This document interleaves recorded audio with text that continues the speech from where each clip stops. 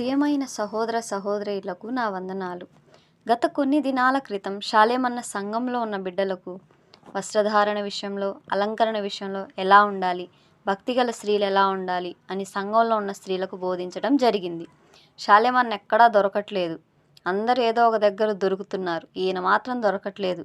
ఎలా అని అదును కోసం ఎదురు చూస్తున్న కొంతమంది మతోన్మాదులు చిక్కిందే ఛాన్స్ అన్నట్లు సంఘానికి శాలేమన్న చెప్పిన దిద్దుబాట్లను వక్రీకరించి పూలు పెట్టుకోవడమే ఆడవాళ్ళు తప్పు, అలా పెట్టుకునే వారందరూ బజారు స్త్రీలు అని అన్న మాట్లాడినట్లుగా చిత్రీకరించి మాట్లాడిన మొత్తం అంశం వినకుండా సగమే విని వాళ్ళకు కావలసిన ఆ 4 మాటలు ఉన్న క్లిప్పింగ్ని మాత్రమే కట్ చేసి దుష్ప్రచారం చేస్తున్నారు.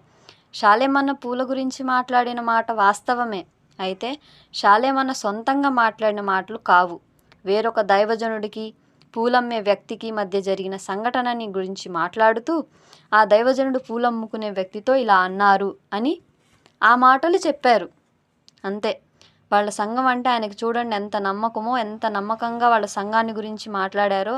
నిజమైన భక్తి గల స్త్రీలు అలా ఉంటారు అని తన సంఘానికి బోధించారు.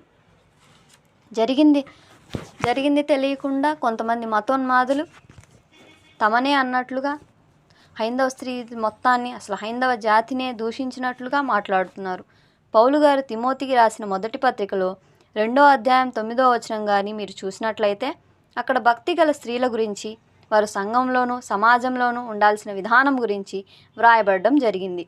బైబిల్లో ఉన్నది సంఘానికి బోధించాల్సిన బాధ్యత దైవజనుడికి ఉంటుంది. ఆ బాధ్యతను బట్టి ఆయన సందర్భం వచ్చింది కాబట్టి మాట్లాడారు అంతే. నిజానికి హైందవ స్త్రీ అయినా, ముస్లిం స్త్రీ అయినా, తన ఎదుటకు వచ్చి నిలబడిన వారు ఎవరైనా గౌరవించి మాట్లాడే సంస్కారం మా శాలేమన్నది. మేము నమ్మే దేవుడు, మేము చేసే భక్తి అన్నకు కానీ మాకు కానీ అటువంటి మంచి సంస్కారం నేర్పింది. మరి పార్వతి, నీవు చేసే భక్తి నీకేం నేర్పింది? నువ్వు ఒక స్త్రీవై ఉండి ఒక పురుషుణ్ణి అసభ్య పదజాలంతో దూషిస్తున్నావు. సనాతన ధర్మం అంటున్నావుగా, నీ సనాతన ధర్మం అదే నీకు నేర్పిందా? గుమ్మడికాయల దొంగ ఎవరంటే నువ్వెందుకు భుజాలు తడుముకుంటున్నావు? నువ్వెందుకు రియాక్ట్ అవుతున్నావు? సరే, నీకు అన్న మాట్లాడింది తప్పు అనిపించింది. అయ్యా శాలెంరాజు గారు, మీరు ఇలా మాట్లాడారు, పూలు పెట్టుకునే విషయంలో స్త్రీల గురించి మాట్లాడారు, దాన్ని బట్టి మేము చాలా బాధపడ్డామండి, దయచేసి ఆ మాటలు సరి చేసుకోండి అని చెప్పాలి. నిజమైన హైందవ ప్రజలు అసలు సత్యం ఏంటి, శాలేమన్న ఏం మాట్లాడారు, ఎందుకు అలా మాట్లాడారు అన్నది గ్రహించారు కాబట్టి నిజమైన హైందవ సహోదరులు మౌనంగా ఉన్నారు. గొర్రెతోలు కప్పుకున్న గుంట నక్క లాంటి వాళ్లే దీన్ని ఒక పెద్ద సీన్గా క్రియేట్ చేస్తున్నారు. విఘ్నులైన బిడ్డలారా, మీరు ఆలోచించండి, నిజ నిజాలు తెలుసుకోండి. క్రైస్తవ బిడ్డలు ఏమీ అనరని, నోరుంది కదా అని రెచ్చిపోతున్నారేమో. పార్వతి, నాణ్యానికి ఒక పక్క ఉన్న గొర్రెపిల్లనే నువ్వు చూస్తున్నావు. యూదాగోత్రపు సింహంగా యేసయ్య ఉన్నాడు. తీర్పుంది. మాట్లాడిన ప్రతి మాటకి లెక్క అడుగుతాడు.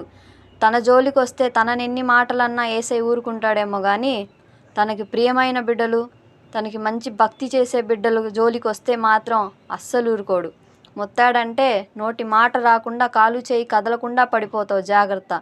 ప్రేమతో హెచ్చరిస్తున్నాను. చిన్నపిల్లలకు బూతులు మాట్లాడితే తప్పని పెద్దవాళ్ళు చెప్తారు.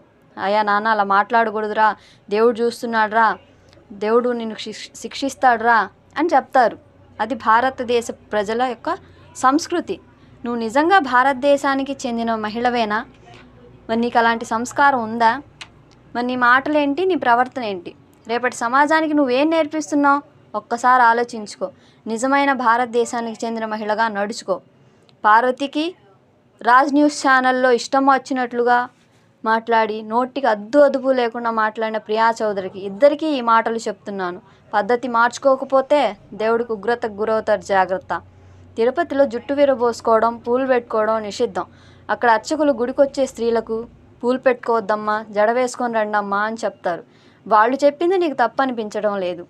వాళ్ళ ఇన్స్ట్రక్షన్స్ని, వాళ్ళ గుడిలో ఫాలో అయ్యే ఆచారాలని అక్కడికి వచ్చే భక్తులకు ఎలాగైతే చెప్తున్నారో, సన్నిధికి వచ్చే బిడ్డలు, పరిశుద్ధులైన బిడ్డలకు కూడా ఇలా ఉండాలమ్మా, బైబిల్ ఇలా చెప్తుందమ్మా అని శాలేమన్న తన బిడ్డలకి తను చెప్పుకున్నాడు.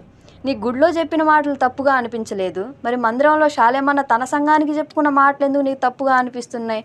వాటిని ఎందుకు వక్రీకరించి మాట్లాడుతున్నావు? ఎందుకు దుర్భాషలు ఆడుతున్నావు? విఘ్నులైన హైందవ సహోదరులారా, సహోదరీలారా, మీరు ఆలోచించండి.